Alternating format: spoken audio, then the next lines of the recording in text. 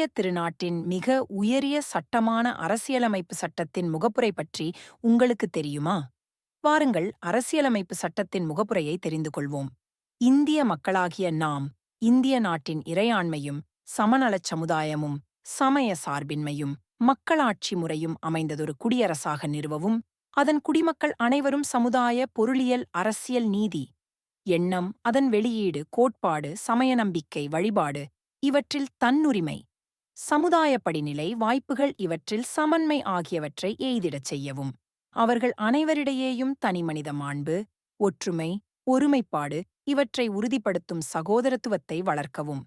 நமது அரசியலமைப்புப் பேரவையில் 1949ஆம் நாளாகிய இன்று இந்த அரசியலமைப்பினை ஏற்று, இயற்றி நமக்கு நாமே வழங்கிக் கொள்கிறோம். இந்த வீடியோ உங்களுக்கு பிடித்திருந்தால் லைக் பண்ணுங்க, சப்ஸ்கிரைப் பண்ணுங்க மற்றும் ஷேர் பண்ணுங்க.